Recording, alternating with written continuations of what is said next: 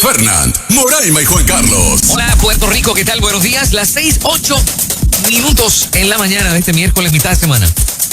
Con o sin ninguna declaración de emergencia, más alcaldes continúan desarrollando estrategias y reclutando personal para restablecer la electricidad en las comunidades donde Luma Energy no lo ha logrado. Ayer, el alcalde de Aguadilla, Julio Roldán, decretó un estado de emergencia, como lo han hecho sus homólogos de Trujillo Alto, José Luis Cruz, de San Lorenzo, Jaime Alberio, y de Isabela, Miguel Méndez, mientras el alcalde de San Juan, Miguel Romero, ordenó crear brigadas especiales, y el de Guaynabo, Ángel Pérez, pidió a los municipios mantener comunicación con el privatizador de la Autoridad de Energía Eléctrica para evitar accidentes.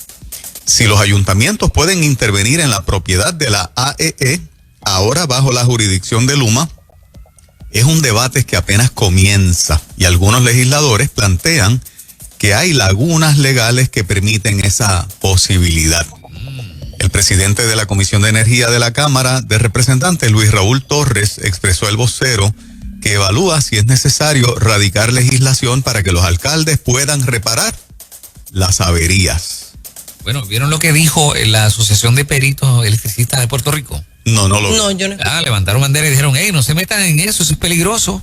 ¿O sí? Sí, a los alcaldes, o sea, que tengan precaución, que eso no es así como que vamos a reparar esto. Ellos parece que quieren estar dentro de la cosa. Están llamando la atención al peligro que representa intentar meterse en ese tema.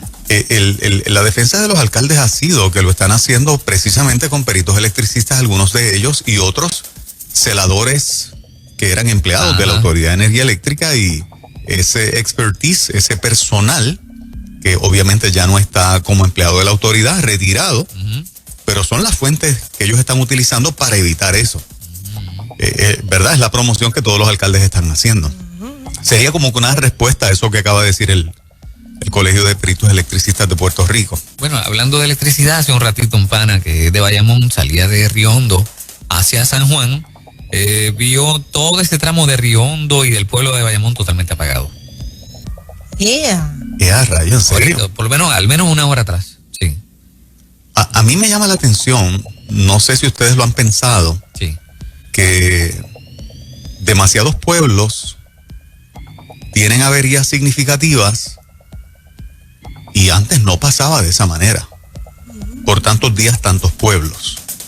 Sí, es verdad. Precisamente de apenas unas semanas para acá, cuando el cambio se da con Luma, aparecen estas desconexiones que están afectando a cada pueblo.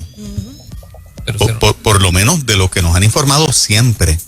O sea, el tú tener tantos pueblos con averías de 3, 4, 5 días, yo no sé, ustedes viven en Puerto Rico igual que yo. Sí. Pero no será... ¿Les parece común? No, yo no creo. Ahora mismo, de hecho, salió la semana pasada en Santa Blaya, estuvieron días sin luz, no sé si lo vieron en Nuevo Día, lo reseñó, fueron hasta allá. Yo solo venía diciendo que mi mamá llevaba tiempo sin luz, hasta que llegaron los periódicos. Demasiado tiempo, y nunca lo habíamos visto así, tantos días. Y tantos pueblos, y tantos barrios pueblos, completos, barrios, exacto. Digo, Luma no tiene todo el personal todavía, o sea que están cortos. Sí, están bien cortos. Que cada vez que algo se cae, me imagino que se suma un parcho y otro. Un ítem nuevo. Sí. Pero ¿por qué esto se está cayendo como que de un tiempo para acá? Me encantaría saber. Es mi pregunta, ¿verdad? Para el pueblo, porque de un tiempo para acá, o sea, no estaba pasando. O sea, esto. El sistema siempre ha estado malo. Siempre, pero de que se caiga tantos días. Pero ¿verdad? Y cada vez peor. En tantos lugares simultáneamente, tantos pueblos a la vez, todo el tiempo, por lo menos llama un poquito la atención. Muchachos, vieron lo que el Departamento de la Familia declara como,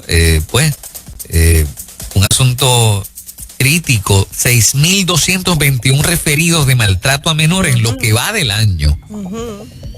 Lo que me llama la atención además es que al menos este reportero o reportera de este rotativo dice, sin embargo, solo 624 de ellas han sido fundamentados. No me gusta el término solo 624. Sobre todo cuando ellos, la prensa estaba histérica, y todavía, cada vez que, todos los días decían, hay 3 casos más, hay 7 casos más, 19 casos más. Y de repente solo 624 de las querellas de maltrato a menores han sido fundamentadas. ¿Cómo que solo 624? Eso es demasiado. Exactamente.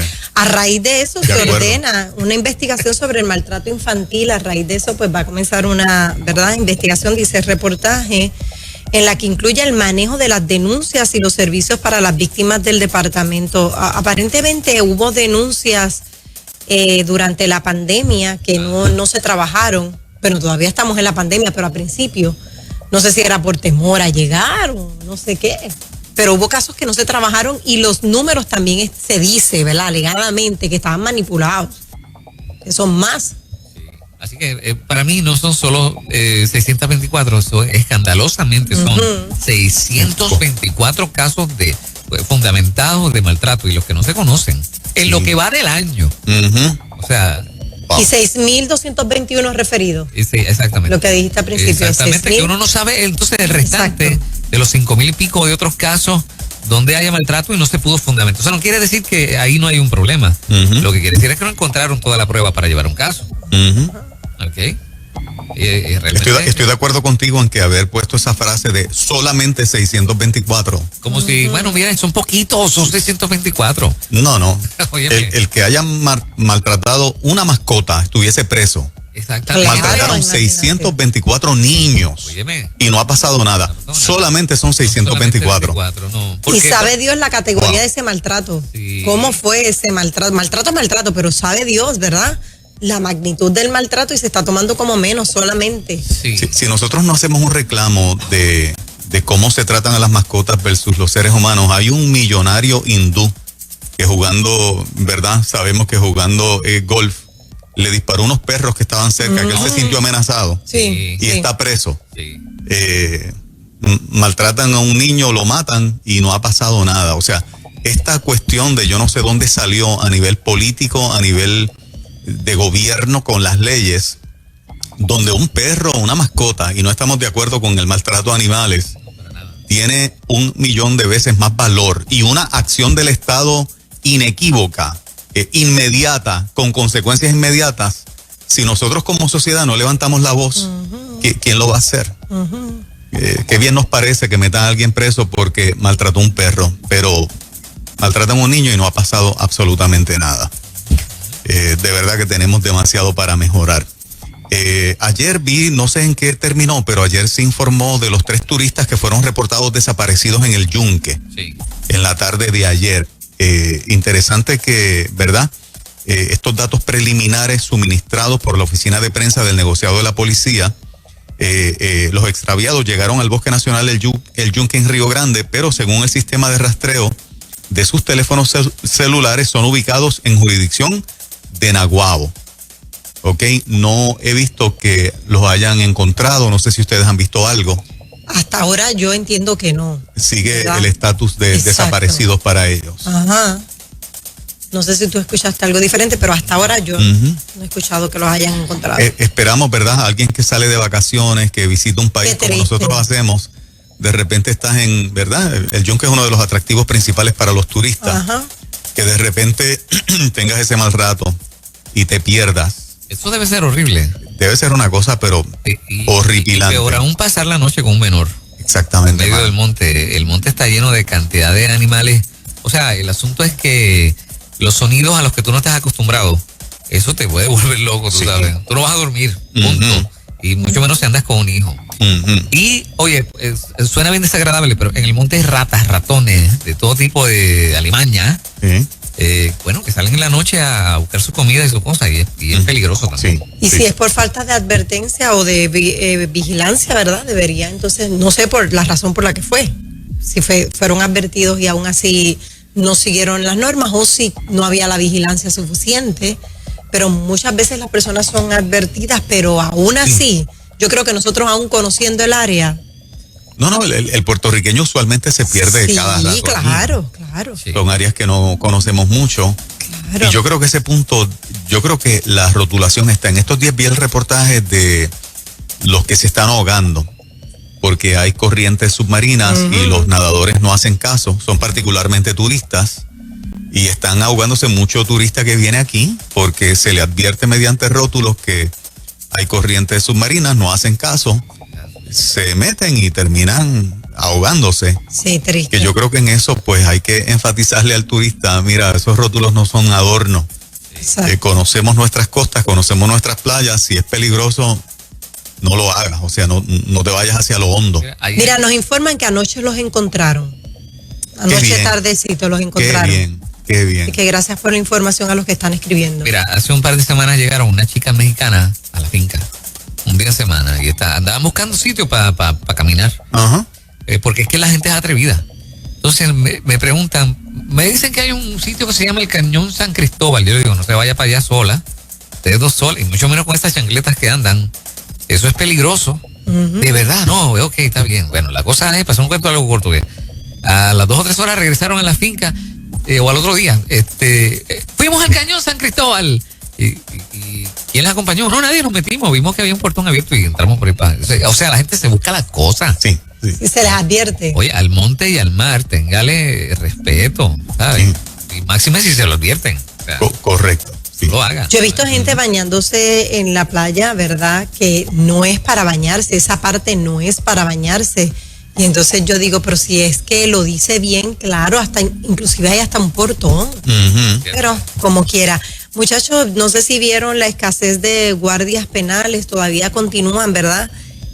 Manifestándose algunos, otros están faltando. Dice, a solos días de que trascendiera la convocatoria en la que se instaba a faltar masivamente por la falta de aumentos salariales, se está viendo una escasez de guardias correccionales. Se confirma que han aumentado las ausencias de los oficiales y esto trae un problema. Dice aquí, ellos alegan que están desgastados emocional y físicamente. No está nada fácil. No está nada fácil cuando ellos manifiestan que están desgastados emocional y físicamente. Ir a trabajar de esa manera, porque estar allí es una presión muy fuerte, y lo que esto conlleva no es solamente que no hayan guardias, es que los servicios se afectan, quizás no se puedan llevar los chicos a las citas que tienen que ir, o quizás las actividades se suspenden. Es algo más allá. Pero ¿qué se está haciendo con la salud emocional de ellos? El desgaste que esto no es de ahora, ellos llevan años diciéndolo. Yo recuerdo que cuando yo comencé en las cárceles, ellos mismos me decían, esos talleres que tú le das a los chicos, no nos los puedes ofrecer a nosotros. Nosotros estamos aquí, que no se nos ofrece. Claro, yo sé que sí se brindan en diferentes lugares talleres, pero con qué frecuencia es, desconozco.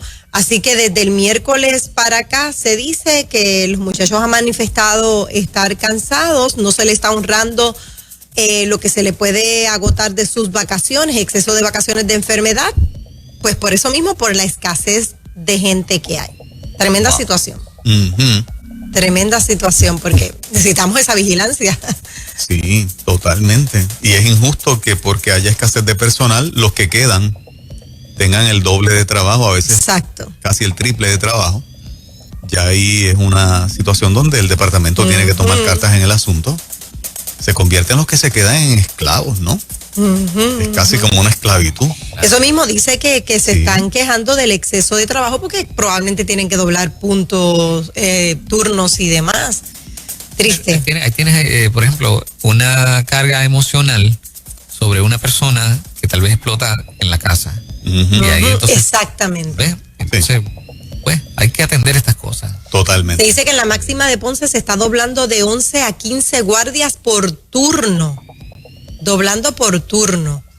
Creo que en Mayagüez en el fin de semana doblaron 11 oficiales. Mira para allá. Esto está bien fuerte. La familia paga esa factura. La familia la paga. Definitivamente. Claro, la esposa, los nenes. Sí. Los salarios no son los más adecuados. Doble turno, 16 horas fuera y lo que te toma llegar y regresar a tu casa. Estás 17, 18 horas fuera de tu casa. Duro. Ojalá puedan trabajar. No, claro que no. Es un trabajo que es pesado si lo hace 2 o 3 horas. Correcto. Y la paga, por otra parte, se ha dicho que no es la mejor, así que ojalá puedan resolver a estos muchachos que están haciendo un trabajo allá adentro. Chicos, sorprendidos con la nueva variante que llegó a Puerto Rico. No he leído. A ver, ¿de qué trata? Bueno, pues se llama la variante B.1.617.2. El secretario del Departamento de Salud, Carlos Mellado López, instó a mantener la calma tras el hallazgo del primer caso. Resultó ser una niña de 4 años que es una turista y que no necesitó hospitalización ninguna, no tiene síntomas, pero trae la variante. Okay. Entonces, yo me imagino que, o sea, y es un comentario, nosotros comentamos la noticia, no somos ni periodistas ni analistas, pero basado en los comentarios de las últimas semanas, no estoy diciendo que esa variante no sea cierta, o sea, ese no es el comentario, pero las autoridades están clamando que ocurra algo, porque la población que no se ha vacunado ha perdido interés más que nunca en hacerlo. Sí. Y las autoridades están buscando algo que vuelva a estimular el deseo de la población a continuar haciéndolo como en un momento dado estuvo, que las filas eran interminables y hasta hubo quejas de gente que se colaba. Ahora las vacunas sobran, están en todas partes y la gente no tiene interés de ponérsela por las razones obvias de tanta información que ha salido, ¿verdad? En relación a las consecuencias que algunas personas han tenido, y información como lo de Janssen, la de Johnson & Johnson, que hubo que retirar un montón de dosis porque estaban contaminadas. O sea, ha salido tanta información que el público ha tenido como que un freno. Y las autoridades están clamando, yo estimo por lo que los escucho decir, que cualquier cosa que vuelva a poner un poquito, ¿verdad?, vamos a decir, miedo o que la gente entienda que se tiene que proteger para reestimular otra vez el patrón que llevaba el proceso de vacunación. Así que ojalá y, ¿verdad?, esto no sea nada de preocupar. Se dice que en Estados Unidos están sumamente ya preocupados porque es un 50% más transmisible que el COVID, por la capacidad que tiene de evadir a personas que no han completado la vacunación. Pero la variante Delta, ¿cómo se llama? Están diciendo que se vio por primera vez en India. Sin embargo, se desmintió el hecho de que estuviera muriendo tanta gente en India. ¿Recuerdan eso? Que decían que en India, no sé si es la misma, pero que se decía que en India estaba muriendo mucha gente y de allá desmintieron eso. No sé si se está tratando de la misma variante, pero ojo con eso, ¿verdad? El secretario dice, la variante es altamente contagiosa y transmisible. Sí. No obstante, seguimos enfocados en acelerar el proceso de vacunación. La buena noticia es que las personas que están completamente vacunadas tienen una protección sólida contra esa variante. Así es que... ¿Qué fue, Juan? No. Había una compañera de nosotros, animadora, hace muchos años, que decía, no tengo comentarios para la prensa. ¿Tú recuerdas quién es ella? Sí, yo también. Pero ahí estamos, nos pusimos al día, eso es lo que está pasando. Ay. Eso es. Bueno, en breve vamos a estar hablando de un tema interesante, porque este asunto de las manifestaciones espirituales o demoníacas están ahí. Voy a darle un contexto de cómo surge el tema, así que en un par de minutitos, todo el mundo pegado aquí en ruta. Las 6:26, Puerto Rico, muy buenos días.